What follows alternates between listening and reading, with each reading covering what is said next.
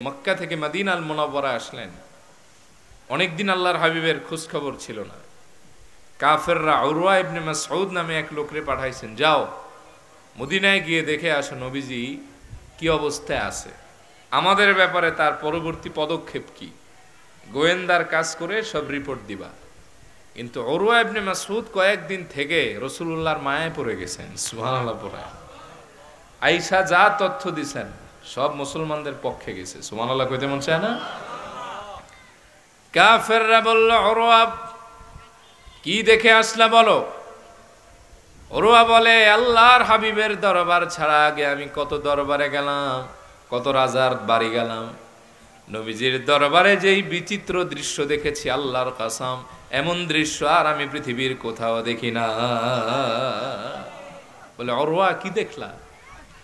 বলে, আমি দেখলাম যখন আল্লাহর হাবিব থুতু মোবারক ফেলবেন, ফেলার আগে সাহাবায়ে কেরাম দুইটা হাত পেতে দেন, ভিখারির মতো কারাকারি লেগে যায়।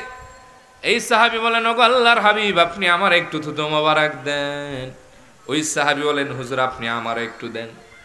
কারাকারি লেগে যায়।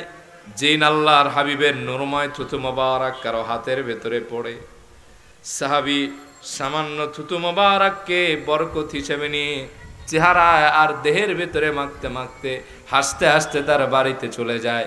এই হাসির অর্থ হলো, গুনাহের কারণে আমার দেহটা জাহান্নামে যেতে পারতো, আমি আশা রাখি যে চেহারা এবং দেহের ভেতরে আমার রাসূলুল্লাহর থুতু মোবারক লেগেছে, জাহান্নামের আগুন এই দেহ আর চেহারার জন্য হারাম হয়ে যাবে।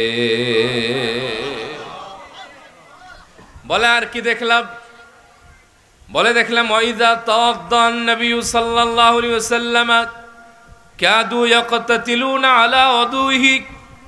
আমি দেখলাম আল্লাহর হাবিব যখন ওযু করেন, ওযুর অবশিষ্ট পানি আনার জন্য সাহাবায়ে কেরাম হুমড়ি খেয়ে পড়েন। কে কার আগে আনতে পারে? ওযুর পানি দিয়ে কি করে? বলে, ফাজআলান নাসু ইয়াখুযুনা মিন ফাদলি ওযুহি ফায়াতামাসসাহুনা বিহি। আল্লাহর হাবিবের সামান্য ওযুর পানি সাহাবীরা পেলে চেহারায় মাখেন, দেহের ভেতরে মাখেন বরকত হিসাবে। বলে, আর কি দেখলা? বলে, দেখলাম একজন সাহাবীকে নবীজি বলেন এই কাজটা করো। সাহাবায়ে কেরাম সবাই ঝাঁপায় পড়েন, কে কার আগে রহমতের নবীর কাজটা করে দিতে পারে। সুবহানাল্লাহ। এই হাদিসে তো দেখলেন থুথু মোবারক চেহারায় মাখে, অন্য হাদিসে দেখবেন ওযুর পানি এটা পান করে। আরে ওযুর পানি তো দূর কি বাত হে, নবীজির পেশাব মোবারক নবীজির সাহাবী পান করেছে, ঠিক কিনা বলেন? রক্ত মোবারক পান করেছেন দুইজন বিশিষ্ট সাহাবী। সহিহ রিওয়ায়াতের বর্ণনা, একজনের নাম আব্দুল্লাহ ইবনে জুবায়ের রাদিয়াল্লাহু তাআলা আনহু, আর একজনের নাম মালিক ইবনে সিনান। আল্লাহর হাবিব হিজামা করিয়েছিলেন, কাপিং থেরাপি, শিঙ্গা লাগায় যে দেখছেন না, এই শিঙ্গা লাগাইছে আল্লাহর হাবিব একবার। জাসাদ মোবারক থেকে নির্গত হওয়া রক্ত মোবারক গুলি আব্দুল্লাহ ইবনে জুবায়ের সব পান করে ফেলছেন। নবীজি বলছেন, কি করলা? যাও, আজ থেকে সব আগুন তোমার জন্য হারাম হয়ে গেছে। মালিক ইবনে সিনান রাদিয়াল্লাহু আনহু নাম শুনছেন? হযরতে আবু সাঈদ আল খুদরির বাবা। বাপরে গোটা, এই ছেলেরে গোটা বিশ্ব চেনে, বিশ্ববিখ্যাত মুহাদ্দিস। সাহাবীদের ভেতরে সবচেয়ে মাশহুর রাবীদের একজন হযরতে আবু সাঈদ আল খুদরি রাদিয়াল্লাহু তাআলা আনহু। শুনতেছেন আপনারা ভাই? অসুবিধা হচ্ছে? উহুদ যুদ্ধের সময় মালিক ইবনে সিনান আর তার ছেলে আবু সাঈদ আল খুদরি 13 বছর বয়স, তখন নবীজির কাছে আসছেন বাপ বেটা যুদ্ধের প্রস্তুতি নিয়ে। নবীজি বলছেন, বাবারে অনুমতি দিলাম, ছেলের অনুমতি নাই। বলে, ইয়া রাসূলুল্লাহ দুইজনারই অনুমতি ভিক্ষা চাই। নবীজি বললেন, ছেলের বয়স কম, মাত্র 13 বছর। কয় বছর?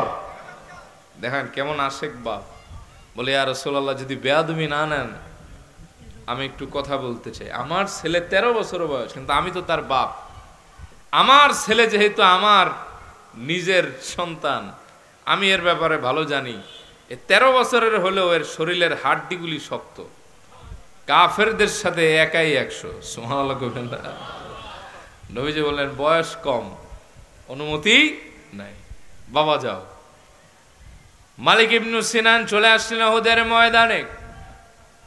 আল্লাহর হাবিব চূড়ান্ত আঘাতপ্রাপ্ত হলেন, দান মোবারক শহীদ হলো, মাথা মোবারক ফেটে রক্ত মোবারক ফিনকি দিয়ে পড়তে লাগলো। হযরতে মালিক ইবনু সিনান কুশ পেতে পেতে নবীজির রক্ত মোবারক গুলি সব পান করতে লাগলেন। নবীজি বললেন, ও মালিক, রক্ত মোবারক গুলা পান করলা কেন? হযরতে মালিক ইবনু সিনান বলেন, ও আল্লাহর হাবিব, আমি দাঁড়া জীবন্ত মানুষ, আর আমার সামনে আপনার রক্ত মোবারক জমিনে গড়ায় পড়বে, জমিন চুষে চুষে ধন্য হবে, আর আমি দাঁড়ায় থাকবো, তা তো হয় না।